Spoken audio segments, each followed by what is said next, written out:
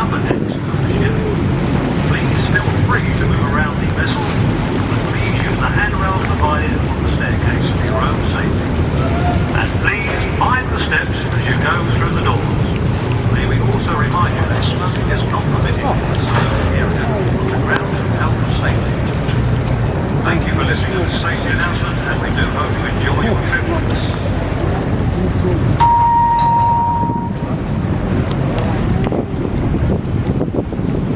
Well, the howitzer there. I don't want a howitzer there to stay. Now, during the job, you want to be around the ship.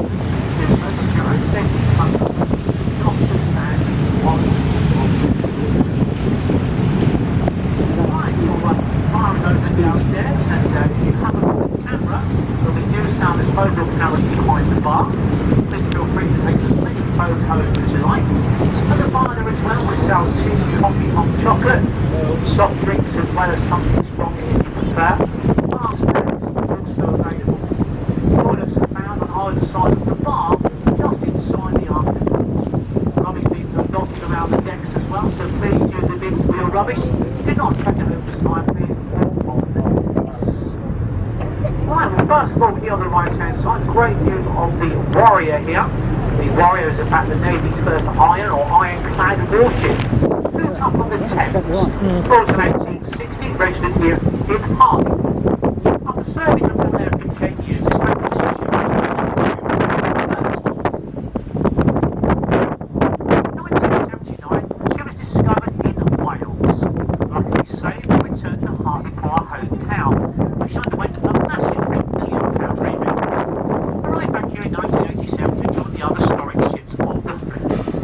Warrior here was going to be sail driven but steam driven as well, making it full speed no matter what the weather.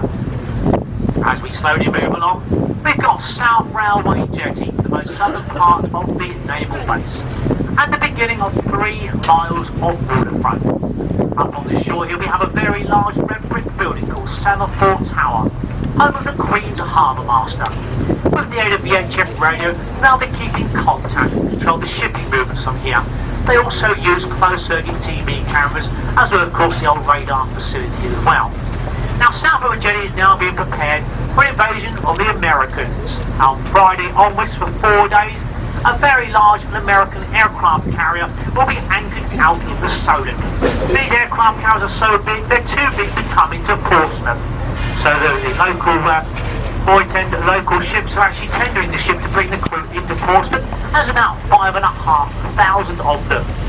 So in the next 4 days, from Friday onwards, up to 5,500 crew will be spreading themselves out on the ship to the shore. And of course there will be several other American ships here in Portsmouth too, as they escort the aircraft carrier around the world. The aircraft carrier is USS George H.W. Bush, the latest of the Nimitz class carriers of the Americans. Nickname called Avenger. Right, so the aircraft carriers here from Friday onwards. And at the back of the rest of the buildings here we've got the 3 masts which belong to Victory, and the Lord Nelson's flagship at the Battle of Trafalgar, built at Chatham.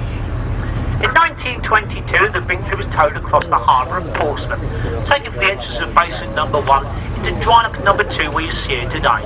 Opened to the public for the first time back in 1928. Better views of the Victory coming up, but first of all we have one of our daring class destroyers, the latest one of the fleet, and this ship was commissioned here in Portsmouth just over 2 weeks ago. D-34 is called Diamond. These ships are actually built and engineered around the stout-like looking shape. On radar they will actually appear a lot smaller than they actually are. A good thing for the Royal Navy, but a bad thing for us. And unfortunately there's not really a lot to see anymore. Although they do carry a 4.5-inch gun and a very large number of missiles. They have the 20 and 30mm guns, but just behind the door on the side here is one of 2 fast patrol rigs. And on the stern the facility for a helicopter. As we pass Diamond here, in the background of basin number 1 we've got the Victory and a very large white dome. This white dome is where you find the remains of the Mary Rose. Now the Mary Rose unfortunately sunk just outside the harbour back in 1545. On October 11, 1982 she was finally raised and returned to where she was built.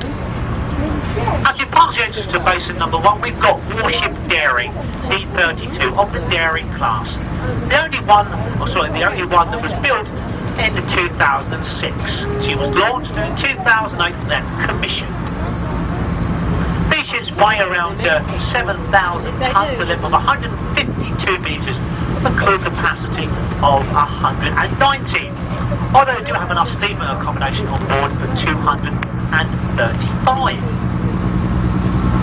So there we are, 2 out of the 6 new dairy cars, 2 out of 3 already built. The one that's missing today is called Dauntless. Now just in front of Dairy here, we've got 2 very large tugs. And these tugs are now preparing to tow away Fort Austin here, A386, a very large store ship of the Royal Navy. Weighing around 23,000 tons when in service, a length of 183 metres, a crew of 201. Now these ships are designed to transport fuel, ammunition, stores, groceries, spare parts and even a replacement helicopter for our warships around the world, designed to keep our warships out at sea for longer periods of time, if necessary that is. But unfortunately, Austin, as I say, is going to be towed away from Portsmouth very shortly. Just behind Fort Austin, we have the north corner here, a new ice patrol ship called Protector. Protector is here, and she's now being used to replace Endurance, which is here in the background of Portsmouth. Endurance, I'm afraid, nearly sunk at sea during the filming of Ice Patrol a while ago now. She was saved, but unfortunately sustained around £13 million worth of damage. Instead of repairing Endurance, the Royal Navy have decided to replace her with the Norwegian ship called Protector today. So we've got Protector here on the outer wall, but in the background there, between us and the 2 grey sheds, you can see Endurance inside the inner basin, which is basin number 3. Now the only way into basin number 3 is through the black gates you see here in the northwest wall. Now these gates are actually the openings to various dry docks as well. These dry docks have gates at the other end, and they can be used as a corridor into basin number 3, the tidal lagoon. The lagoon was actually dug out by hand by a prison of war many years ago, and then lined with thousands of red bricks, always kept filled with water today. This is where ships can be maintained, made up, or put up for sale. Well, great views of the Protector here on our right hand side now. We've got the big fuel barge alongside it, just being manoeuvred by a couple of our brand new tugs here as well.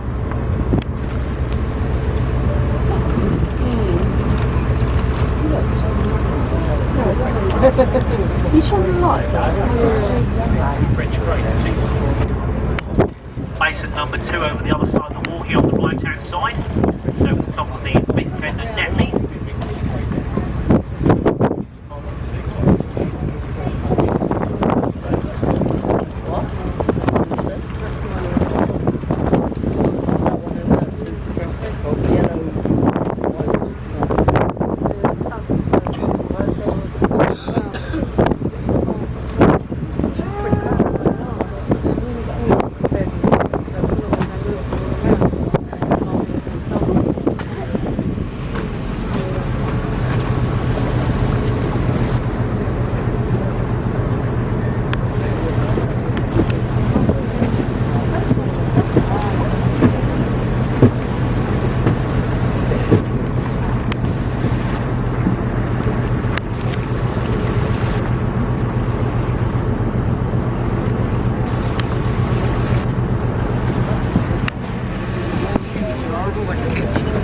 Especially the bruise on my legs.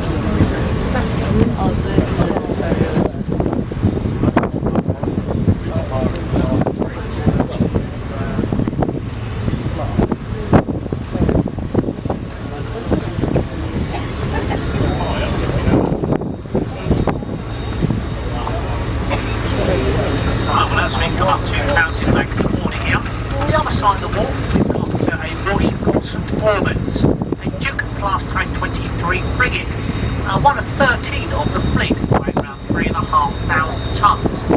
Endurance is supposed to sail off to the Indian Ocean today, but unfortunately was taken into the inner basin a few days ago. after a diving inspection was carried out. Why she's in there, we're not quite sure at the moment, but she's not supposed to be here anyway. Now, the Duke class have a crew of 173. They carry a 4.5-inch gun on the bow here, followed by 32 Seawater missiles and the 8 harpoon missiles. When fitted and used, a flying range of 74 miles each.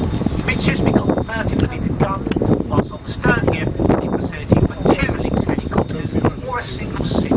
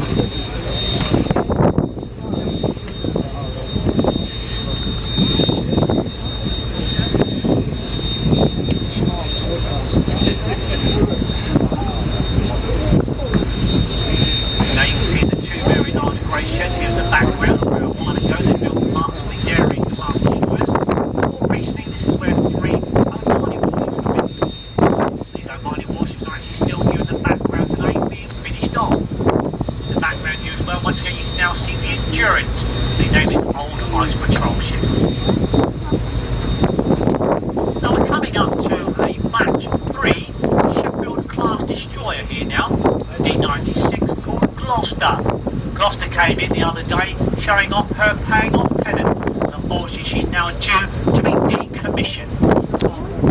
There's 4 of these ships, or there was 4 in the fleet, I'm afraid to say. Unfortunately, 2 of them are now retired.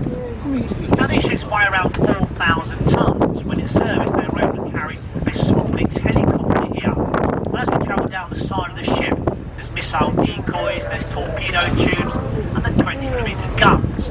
But amidships, there's a white pillar box. And this white pillar box is part of the Vulcan phalanx gun, which fires titanium tipped bullets at a rate of 3,500 rounds a minute. Electronically, controlled by the ship's air defence system. Now, up on the front of the ship, we've got a 4.5-inch gun, 2 large robotic arms, and the Sea missile system.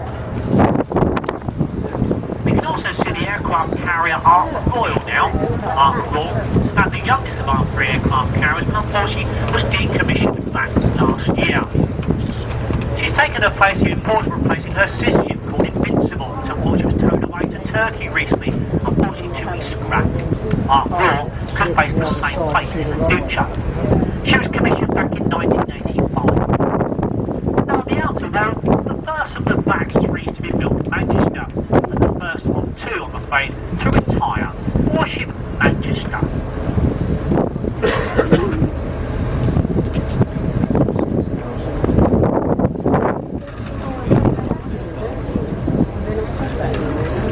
Now, this is where we start to turn now, folks. So we leave our warships just for a moment, and as we come round, this is where we have the commercial part of Portsmouth. A small container port, an area for citrus fruits and bananas to be delivered. And then we have the 5 berths, which are used by the cross-channel ferries. Cross-channel ferry port in Portsmouth is actually the 2nd busiest in the country, and this port of Portsmouth has also been reclaimed from the sea. Alongside, we have a small but fast cross-channel ferry, a wave-piercing catamaran built in Tasmania by Canon, Northern Arrow LV9. As we come around to see the splendid mountain.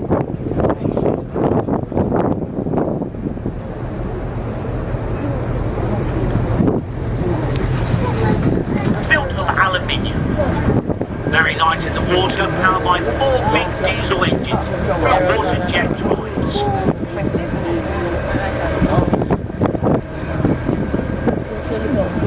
Well, we turn into Bay 3 here, so you see the double-tiered link spans of 3 and 4 Bay, and as we make our way back to this corner, the warships that we haven't been lucky enough to see today are going to be over on the left-hand side on the way back, don't forget. So we're going to